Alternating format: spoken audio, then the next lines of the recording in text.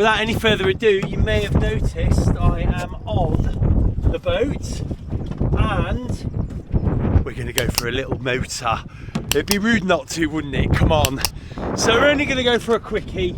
You know, just get our sea legs back and we're going to come back and yeah, and then we'll go home. But yeah, I think it'd be rude not to go for a little spin, wouldn't it really? Let's go. Here we go. We just moored off. Look how much ground we've lost though. We're just trying to fight our way into the wind a little bit, but we are struggling. There we go. We just need a little bit of help with the motor itself. We're on half power and we're just heading into the wind now. There we go.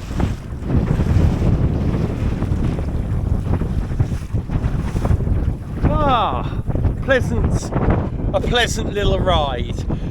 You forget that the windage on this boat, you have to be a little bit careful. If you just come off the wind too much, she'll come about with the wind alone. You do forget how much you automatically used to sort of do. But we're going to go for a nice motor.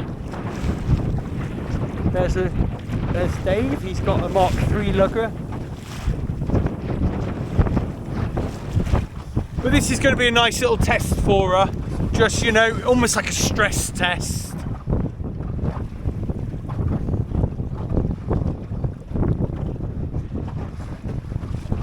As you can see, there are some waves building now.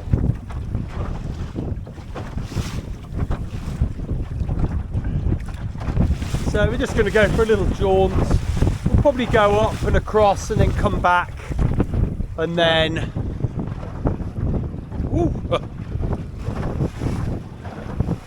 and then see where we go from there.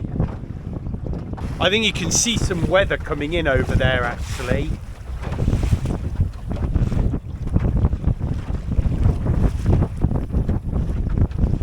Yeah, and you can see this. I mean, for Lake Barlow, there's some nice little waves coming in here.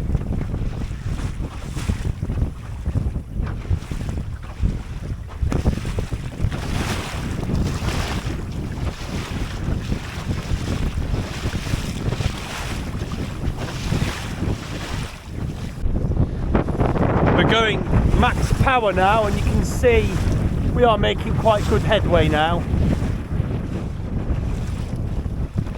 Some good waves, some nice waves, but every so often you get these like mini rogue waves like these. Oh.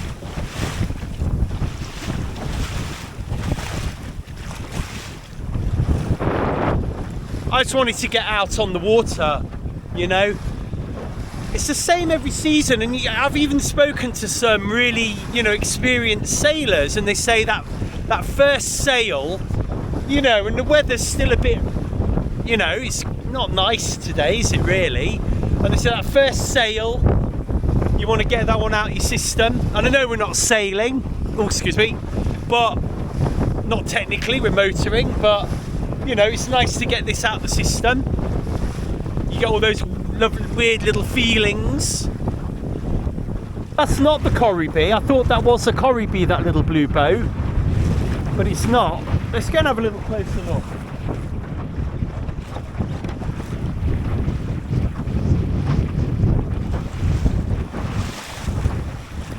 The trouble is, when you go a little bit too slow, you can see, look at my rudder, and you really struggle to steer the boat. So sometimes it's just better to get your rudder amidships and actually use the boat. You can see, look how much better control you have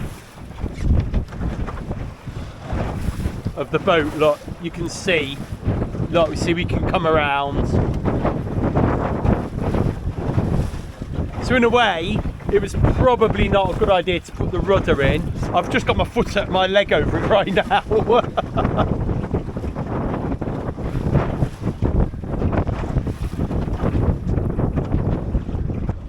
It's called, oh, this is Mud Skipper.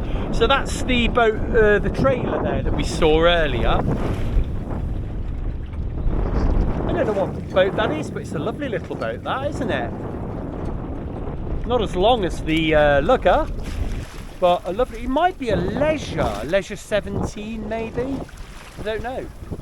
I'm sure. Where's our mooring? Here's our mooring.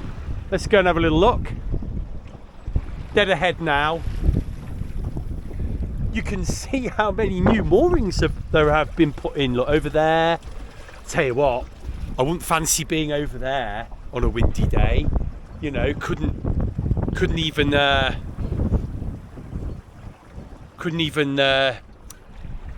get out to my mooring here.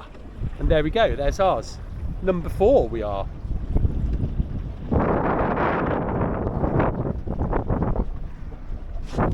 We're only doing about 400 watts. But we've got a lot of windage this way, so we've got to be very careful. There we go. I'm going to go in the gap here. I mean, look, if I really wanted to, I could, even at this low speed, I think we could just get past Desperado. That's the boat that sank last year. Let's come around. And she's now got a crack all the way down the middle of the hull, the front of the hull. You might see a bit of silver tape, look at the front on the bow, just on the waterline. And she's been taped up. And here's a boat. I don't think that boat's been used for ages. So it looks filthy and unused. That looks like a leisure 17, but could be wrong. I'm not very good with my little boats, really. There's so many of them. But there we go, yeah. Desperado's probably seen better days and she's filling up with water, but I'm told the repair has worked for now. And to be honest with you, she's been on the mooring and she's floating, so she's been through a lot, that little boat, hasn't she? We've got a windsurfer here. He looks like he's learning because he's not so good at his turns, but he's been getting better and better every time I've seen him turn round here. We'll just come off behind him so he's not perturbed at all. There we go. So far so good. We've got no water in that buoyancy tank at all. We've got no water coming in the hull at all, so I'm really chuffed with this. So it's interesting, I've just turned to port by 90 degrees, so we're basically broad reaching now, and look how uncomfortable and wobbly this is. Look at this.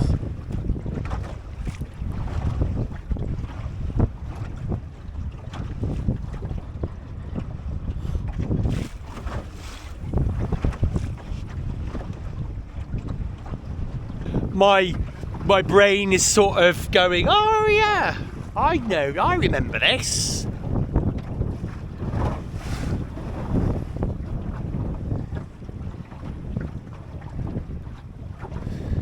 Yeah, I remember this. I never remember the waves being so big, but to be frank, we've had so much wind for so long, I'm not surprised we've got a decent sort of body of wave coming in.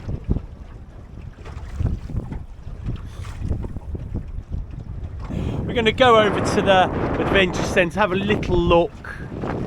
We won't get too close just in case, and then we'll come back. I don't know if you can see, there's like a big fence in the water over there. That's quite new.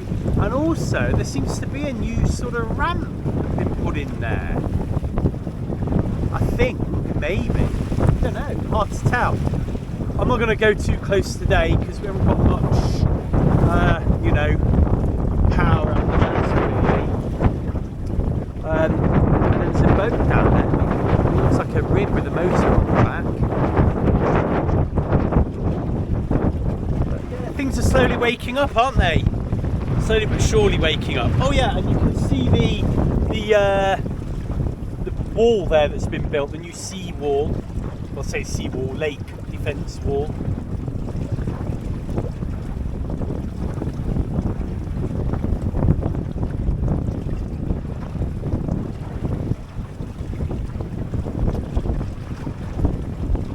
little round buoy too. We'll make our way home.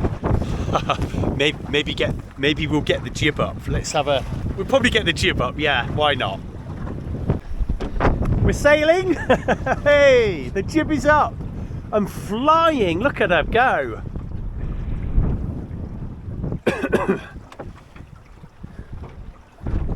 I realise we haven't got the centreboard down, so we need to do that. Let's get the camera, let's put the camera up there. Let's get this centreboard down. I have to remember to put all this up again. We don't need it down too much. That'll do us.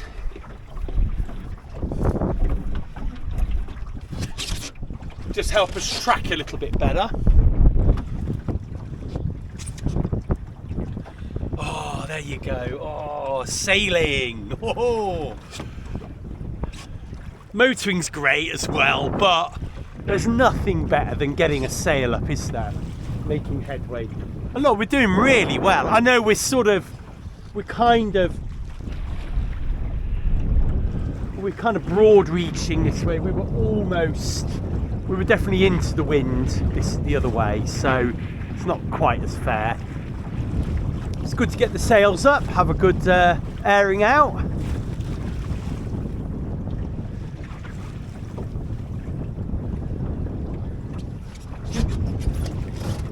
Now, we need to give ourselves a little bit of room here.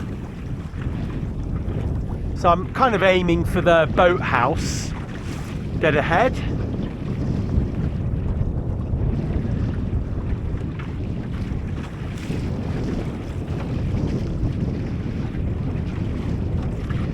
And then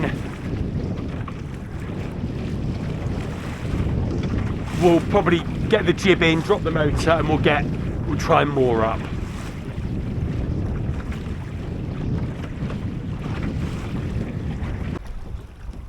There's a windsurfer again. It's a good day for windsurfing. The windier the better, isn't it, for the windsurfers? You know it's windy if you see windsurfers, so... Right, here's buoy X. We're gonna run around buoy X, so I need to... I'm gonna try and hold the tiller with it. We need to release the... Let's release the jib a little bit more. And let's let her run.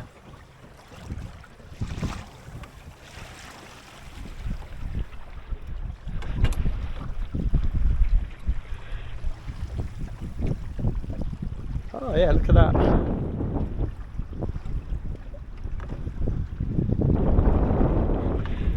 What we'll do, so we're just backing the sail a tickle there, aren't we, look?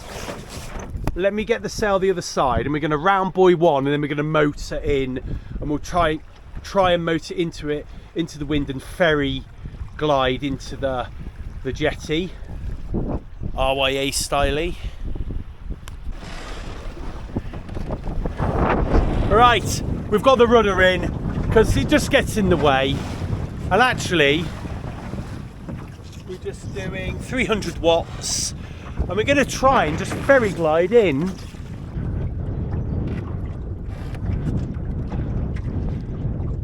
Oh, I've just realised all my lines and buoys are on the wrong side, aren't they? That's annoying. Fenders, sorry. Well, should we just try and get her? And she's going to be the wrong way round as well. So we're going to have to try and, yeah, come in hot, actually. So we're not going to be able to ferry glide. We're going to come in with the tide, but we're going to have to be pretty careful of how we do this. So we literally, you have to point the boat and squirt sometimes, but that's why I've got these midship cleats, so you can kind of just leap out and grab their middle cleat, and at least the boat stop then, and you can pull her in, and you can get like the bow, the stern cleat in. Now the stern cleat's important because the boat will want to go out if you don't, if you don't moor her up. There we go. But she's there, she's back. Now all we need to do is get her on the trailer, so I'm hoping that's going to be nice and easy and quick, like last time. Now we've got the new swinging cradle. Right then, let's get the boat back.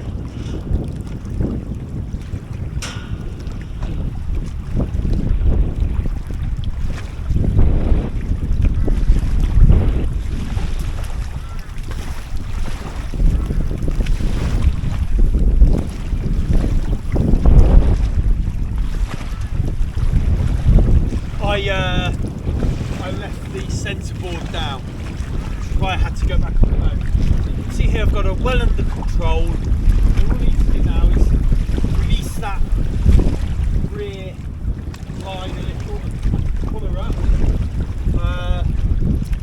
I have left this a little bit short, but I'm just going to pull her up.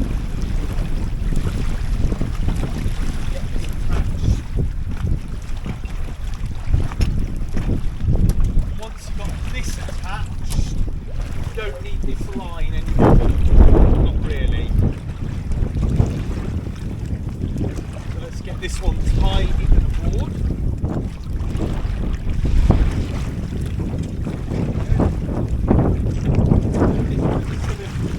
Keep her nice and straight. You'll notice I've got a longer line this time.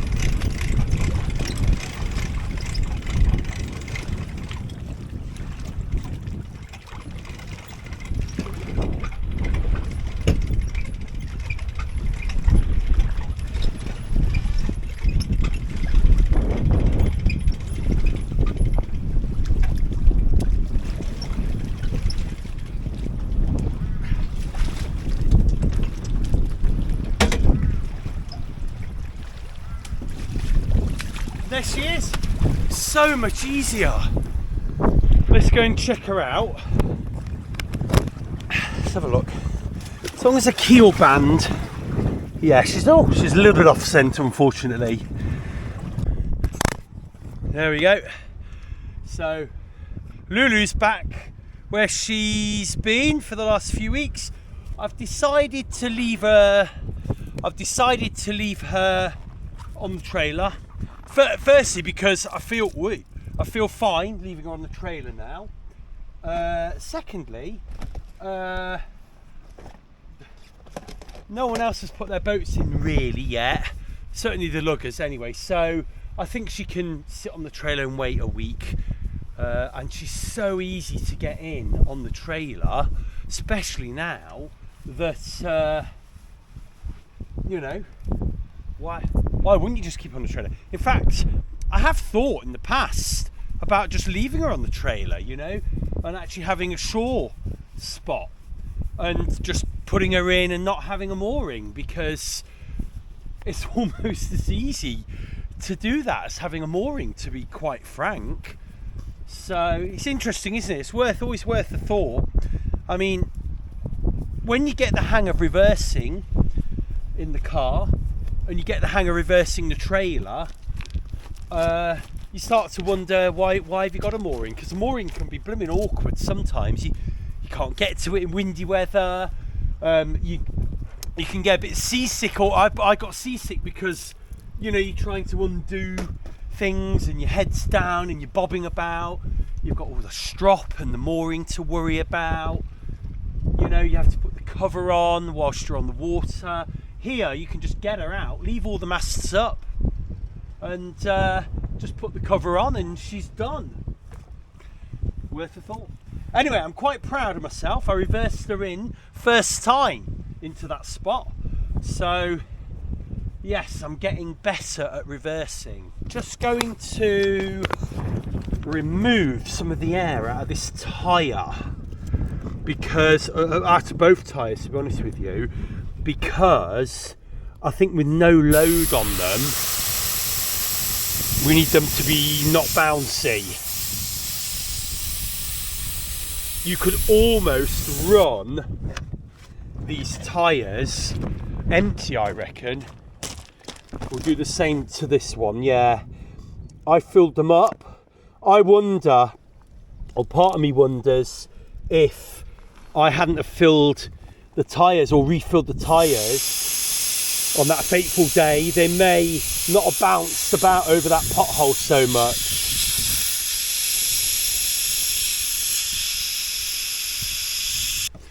So, whew, thanks for watching. I mean, it's been an eclectic few weeks, hasn't it? But we are now ready to go for season 3. So I may even, when I come to edit these videos, I may even call this the season 3 prologue. Hey, you know, we'll start season 3 next time. Let's see. But needless to say, all the problems we've had are now sorted. We've still got loads that we want to do on the boat, but, you know, that can all wait now. We can do it, you know, leisurely, at our leisure. Hopefully, the next time we come down here, it'll be sunshine, birds tweeting, and a lovely day for a lovely summery sail. So we'll see. Yeah, so I will catch you in the next one.